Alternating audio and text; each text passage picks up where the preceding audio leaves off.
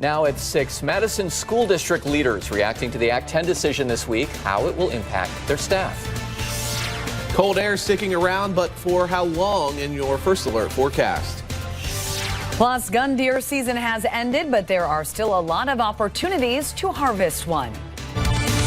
Live from the WMTV studios, 15 News at 6 starts now. We continue to follow the impact of a ruling by a Dane County judge overturning parts of Wisconsin's Act 10. After the judge ruled in favor of collective bargaining for union members and other public workers. Now today we're hearing from the Madison Metropolitan School District about how this could affect teachers. Specifically, MMSD says it's reviewing the ways this could affect its relationship to labor unions representing school staff. They say in part, quote, MMSD will stay informed about legal proceedings, consult with legal counsel to understand the precise implications of the ruling, and ensure that changes, if any, are implemented thoughtfully and transparently. We also spoke with the president of the teachers union WEAC, or Wisconsin Education Association Council, who says as an educator, she is celebrating the decision. For us, we really want to ensure a strong workforce in our schools across the state, and this is one step forward to doing that. Wirtz Olson says 40% of teachers have left the profession in the last 6 years, and they're citing low pay and poor working conditions. She says she's hopeful the most recent decision will help allow for change. Let's take a live look outside through our Capitol Sky Cam on this Thursday evening. We had a beautiful sunset at 5 o'clock. And meteorologist Brian Duke joins us now with your First Alert forecast. I hear that things are at least slightly on the up and up for tomorrow. Yes, things will start to improve, but we're still about a day away from any significant changes, so expect highs into the 20s tomorrow. But from there, look at Saturday, Sunday, Monday, 3 days into the 40s, not to be ruled out on Sunday, maybe even the low 50s compared to what we've had. That's going to feel like a heat wave, but it doesn't stick around long. We're looking at below normal, below freezing temperatures again by Tuesday, Wednesday, and Thursday. So the ups and downs are continuing on. What's absent is any big storm system. We had a few snow squalls yesterday. We may get a few rain or snow showers next week, but really not tracking anything that's going to be overly problematic. Of course, nothing to worry about tonight. Skies are clearing if you're going to be out and about running some errands this evening. Quickly dropping from the 20s into the teens, and by 10 o'clock already approaching the mid-teens. We're down to around 10 tonight, but as mentioned, it's all uphill from there heading into the weekend. Much more on that, and if it'll include some sunshine coming up in your full First Alert forecast. 19 people were arrested today after a group of 50 protesters stormed into a Board of Regents meeting for the universities of Wisconsin. UW-Madison Police Department says officers and student affairs staff asked the group to stop. When they didn't listen, officers escorted them out so the meeting could continue. The incident lasted about 15 minutes. UWPD says all 19 people were released. No one was cited. It's not clear if any of them was affiliated with the university. A group called Code Pink, which describes itself as a women-led grassroots organization working to end wars, said activists were there in response to the board's handling of student concerns following the university encampment earlier this year, saying, quote, this event has sparked outrage among students and community members who are calling for greater transparency, accountability, and responsiveness from the Board of Regents. Extra security precautions are in place after United Healthcare Group's CEO was shot and killed in New York City. Tonight, Dean Health Plan by Medica is closing its corporate offices to consider the workplace safety of its employees. That's how the company responded when we asked if it's closing specifically due to the CEO's death. WMTV's Marcus Arsvold spoke to a Medica representative. Marcus, they say this will not impact people who use their health insurance services. Medica's communications manager tells me their corporate employees will still be working, but doing so from home. The closure includes Dean Health Plan by Medica's corporate campus here in Madison.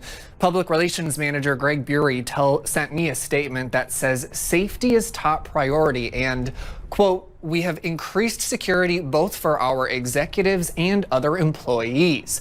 Although we have received no specific threats related to our campuses, our office buildings will be temporarily closed out of an abundance of caution, end quote. Bury declined an interview and says he doesn't know how long the buildings will stay closed. In the newsroom, Marcus Arsville, WMTV 15 News.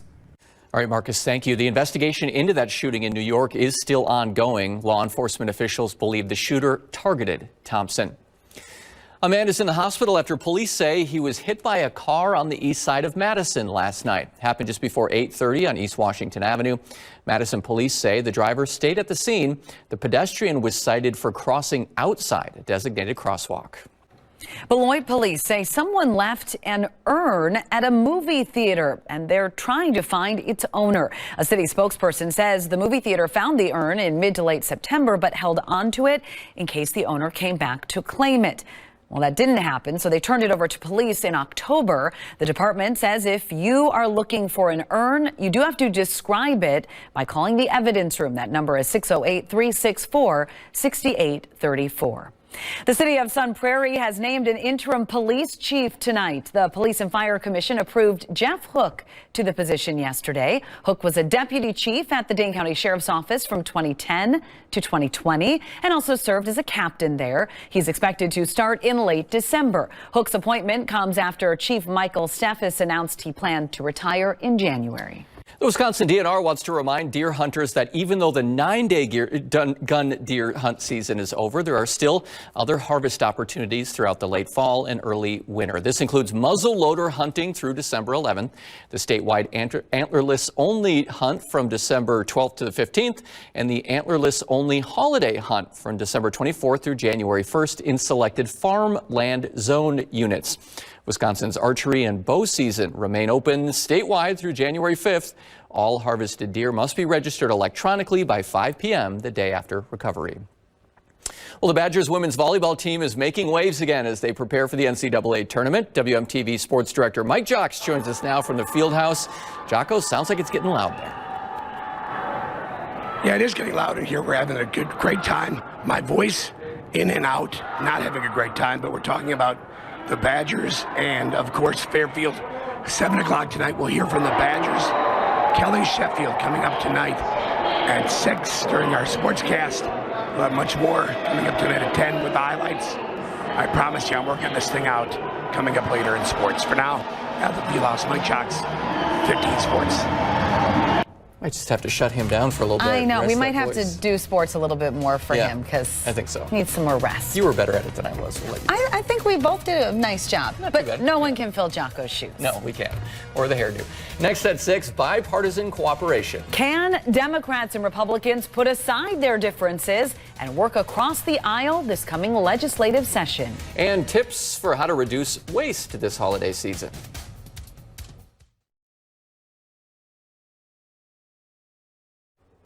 A third of Wisconsin's assembly members will be new this legislative session, and after November's election, Republicans now have a slimmer majority in both the Assembly and State Senate. With the upcoming session on the horizon, our State Capitol Bureau Chief Vanessa Kelson tells us if we'll see bipartisanship this session.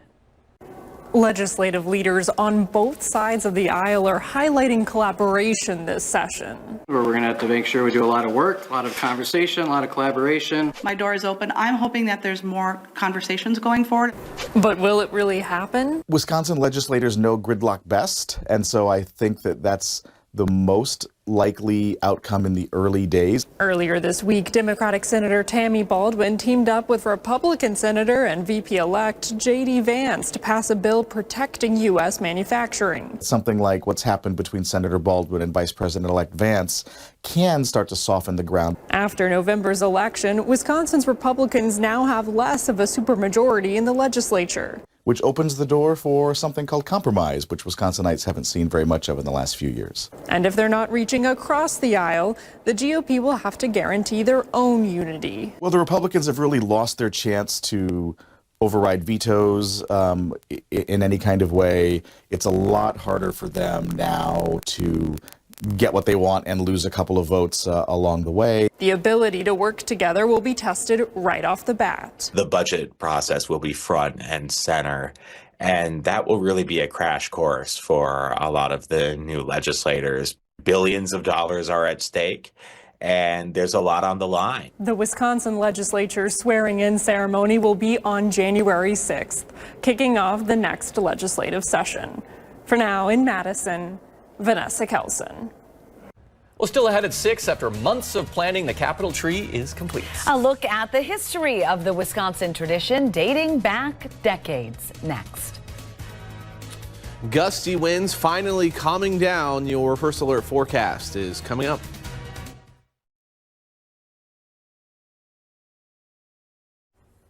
The Capitol holiday tree now officially lit for the season. Our Alexia Cadota-Browner has been at the Capitol and has an inside look at the story behind the historic tree. 1-0.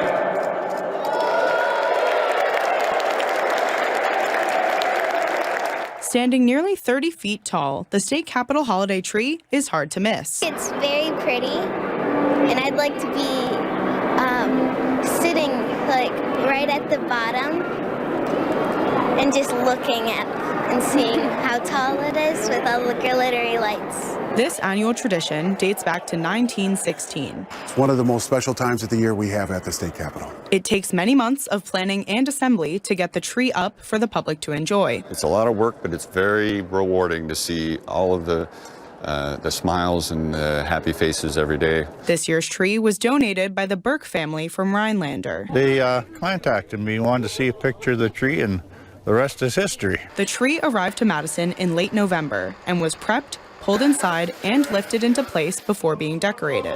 This year's theme celebrates 125 years of Wisconsin state parks, with ornaments handmade by students from 175 schools across the state. Capitol ground staff say it took 3 to 4 days to decorate the tree. We have people that help us one time. We have people that help us every year. It sort of takes this little army to make it happen every year. Calling it the People's Tree, the Department of Administration hopes it will inspire a sense of collective joy for all who see it. I hope they feel what we do from DOA facilities, which is it's a great sense of pride being involved in putting this together. It's important to have the People's Tree here in the People's House. In Madison, Alexia Cadota-Browner, WMTV 15 News. And the tree will be on display until early January. While it's not quite time to open up Christmas gifts just yet, the DNR is reminding you of ways to recycle your waste this holiday season. Plain wrapping paper can be recycled, but bows, ribbons, or gift bags cannot be. Got to reuse those gift bags, though. But when it comes to holiday wrapping paper and boxes, it can be sometimes difficult to remember what is safe to toss in the recycling bin versus what needs to go in the trash. Flatten cardboard, remove any air pillows, packing paper, or styrofoam, and break down the box.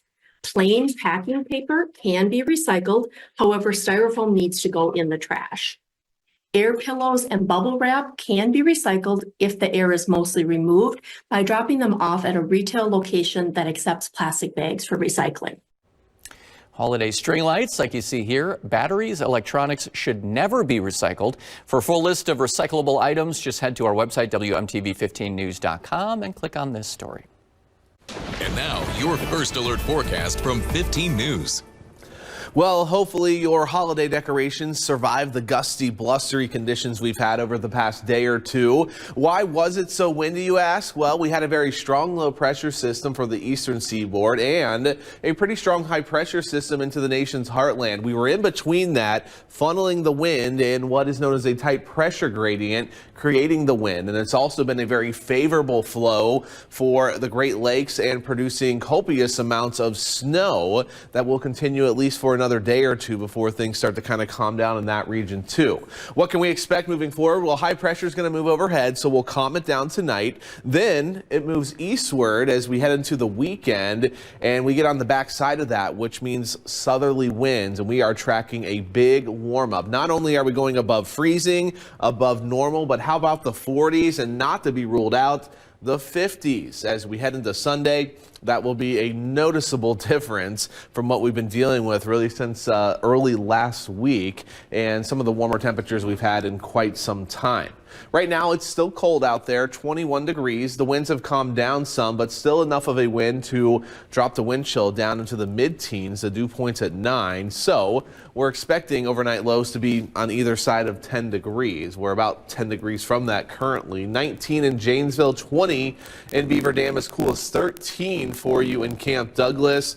Single digits by the time you get into northern Minnesota and Canada, where temperatures go sub-zero. Of course, we're not looking at any precipitation. Skies are clearing, but a quick look at the Great Lakes and that lake effect snow I was mentioning. Again, it's not inches they're measuring it in, but feet. Very impressive band as you head towards Buffalo and also down towards Michiana, South Bend into lower Michigan. This band right here has been producing over a foot of snow just today alone. So the snow will pile up in those locations.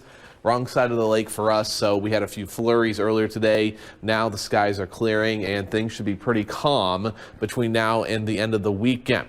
We'll have a few more clouds, I think, tomorrow. Another chilly day. Heading into Saturday, disturbance misses us to the north. So if you're heading into the UP and eastern portions of Canada and the United States, there will be some snow to contend with. Heading into Sunday, partly cloudy skies, milder yet. That will be our best chance of cracking that 50-degree mark as we head through the end of the weekend. 12 tonight, mostly clear, wind chill, single digits. 29 tomorrow.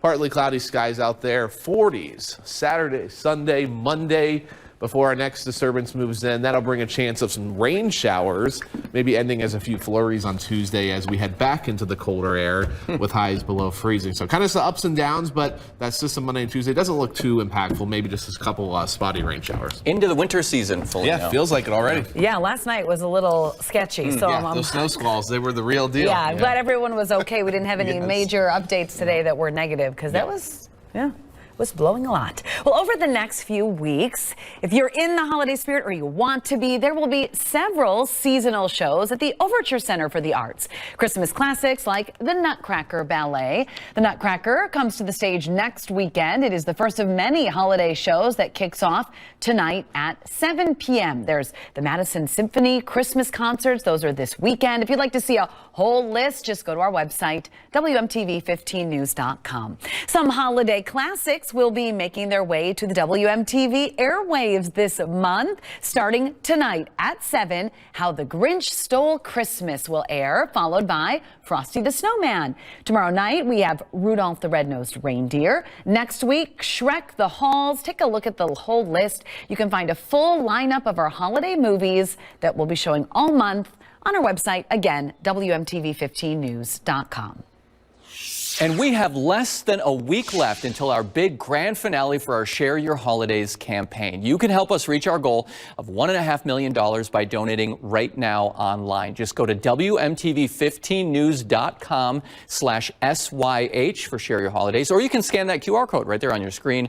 We want to give a huge thank you to everyone for helping us prevent food insecurity this holiday season. We're going to take a live look now at people gathering at the field house for the women's volleyball game tonight. We're letting Jocko save his voice a bit, but he will have more coverage of the Badgers in the NCAA tournament coming up next in 15 Sports.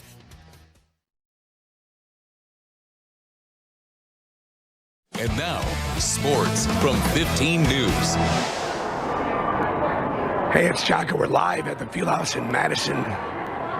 The Badgers getting ready to take on Fairfield in the NCAA tournament. Right now, it is Georgia Tech and Tennessee. The winners will play tonight. But for Wisconsin, and this is like no place like home, right? Playing here, and they played here a lot in the NCAA tournament. Well, now it's their time to shine. And we caught up with them yesterday, and they're fired up. You know, it's win or you go home, and so the battle, the fight, and doing it with our people. It's why you get into this. Kelly says all the time to just let it rip, and honestly, that's what we got to do. I think there's a lot of people on our team who is very first round of the tournament, or very first ever time being in it. Whether that's transfer or freshman, and just take it all in because it's going to be a lot, and it goes by fast. Especially as a senior now, I've been fortunate to be in it, but it's going to be soaking up every point as much as I can. Biggest message is just to ball out. This is the time to shine. This is the time to show all the hard work we've put in, which we've put in a lot of hard work. So I think just leading into it, it's like play free, play play like you're never going to get to play again, because you never know when that time's going to happen. And I've had multiple times of that, but I think just play free, play hard, and really show what Badger volleyball is about. The Badgers play at 7. We'll have highlights at 10. Packers play tonight. I'm going home and going to bed at the Fieldhouse. Mike Jocks, WMTV 15 Sports. Back to you. Jocko, we love you so bad. Hopefully that voice will start to feel a little better. It's a cold one out there tonight. Skies are clearing. We'll be down into the low teens tomorrow morning. Wind chill single digits. One more chilly day on Friday, and then a warming trend through the weekend. Heat wave, I can almost call it.